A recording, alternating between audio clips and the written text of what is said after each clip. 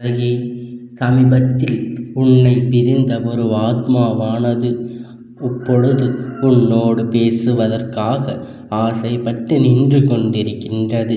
கடைசி வாய்ப்பு. ஏனென்றால் இந்த முறை உன்னோடு அவர்கள் கடைசியாக பேச வேண்டும் என்று ஆசைப்படுகின்றார்கள்.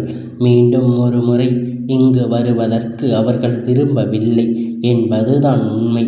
என் தங்கமே, அப்படியானால் அவர்கள் என்ன நினைக்கிறார்கள், எதற்காக உன்னோடு பேச ஆசைப்படுகிறார்கள் என்பதை இந்த அப்பன் உனக்கு சொல்வதற்காக வந்திருக்கின்றேன்.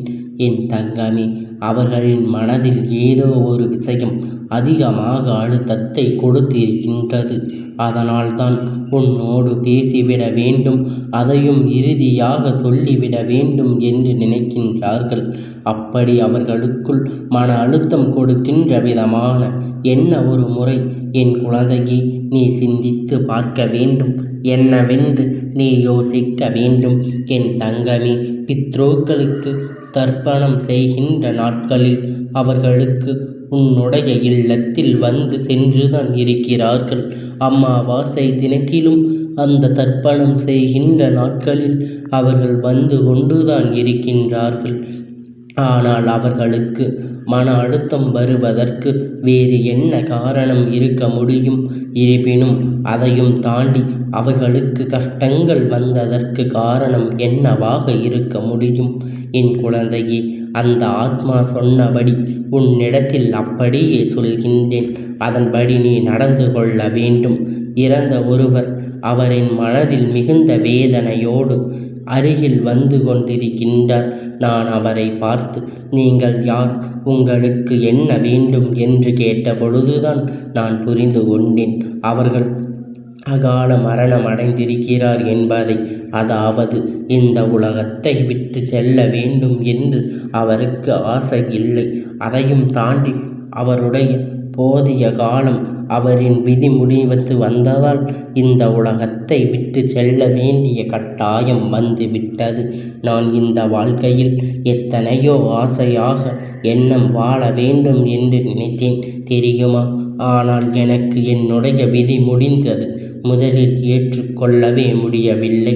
நான் என்னுடைய குடும்பத்தோடு மீண்டும் கதறி அழுவதை பார்க்கும் பொழுது என்னுடைய மனதிற்கு அத்தனை வேதனையாக இருந்தது. என்னை நினைத்து இவர்கள் அழுதும் போது எனக்கு மிகவும் வருத்தமாக இருந்தது. நடந்ததை எல்லாம் பொய்யாக்கி விடத்தான் நானும் மீண்டும் அங்கு சேர்த்து விடுவோ மாட்டோமா என்று என்னுடைய வாழ்க்கை நான் தொடங்கிவிட மாட்டேனா என்று நினைத்து கொண்டிருந்தேன். தினம் தினம் வேதனையில்தான் உச்சத்தில் நான் இருந்தேன். ஆனால் என்னுடைய குடும்பமும் அப்படித்தான் என்னை விட பல மடங்கு வேதனையை அவர்கள் அனுபவித்தார்கள். நான் நினைத்தது போலவே அவர்களும் திரும்பி வருவேனா வரமாட்டேனா என்று வந்துவிட்டால் பரவாயில்லையே என்று அவர்கள் வெகு நாட்களாக என்னை நினைத்து வருத்தப்பட்டு வேதனைப்பட்டு கொண்டிருக்கின்றார்கள். என்னுடைய சூழ்நிலை மாற மாற என்னுடைய நிலை இருக்கின்ற இடம் எது, நான் எதனால் இங்கு வந்தேன், இனிமேல் நான் என்ன செய்ய வேண்டும் என்பதை நான் உணரத் தொடங்கிவிட்டேன். ஒன்று மட்டும் எனக்கு புரிந்தது. பிறப்பு என்ற ஒன்று இருக்கும் பொழுது இறப்பு என்ற ஒன்று எல்லோருக்கும் உண்டு.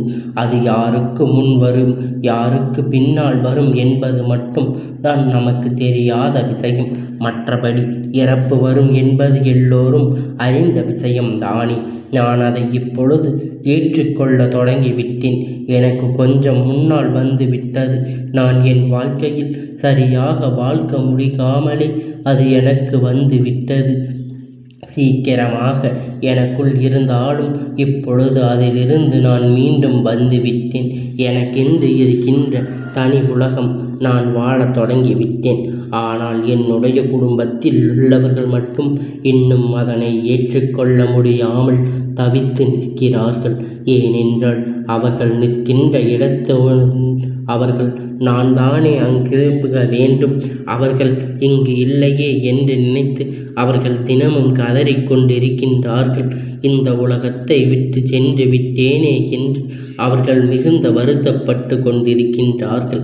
என்னாலும் என்னுடைய நிலையை புரிந்து கொள்ள முடிகின்றது.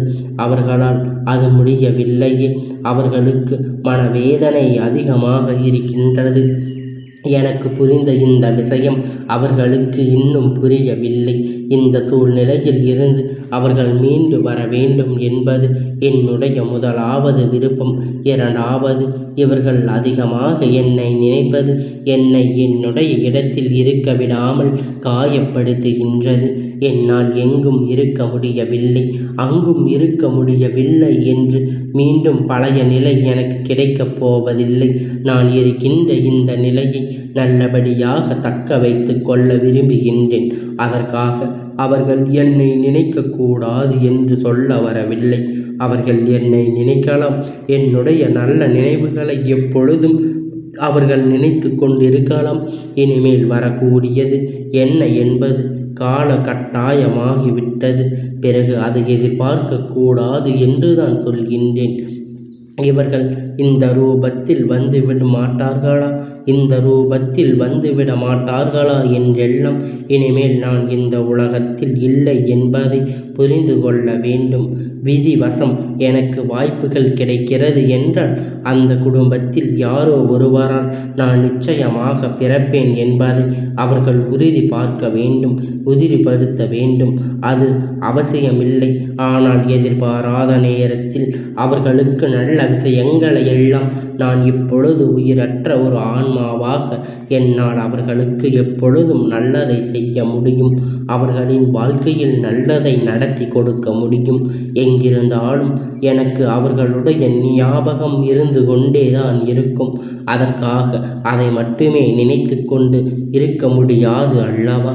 நான் இந்த சூழ்நிலையில் இருந்து அவர்களை மீட்டு கொண்டு வர வேண்டும் என்று அவர் கேட்டுக்கொண்டார்கள். என் குழந்தையே, அவர்களின் பேச்சு நியாயமாக இருக்கிறது. அப்பொழுது எல்லாம் உன்னை தேடி அவர்களால் ஓடி வர முடியவில்லை.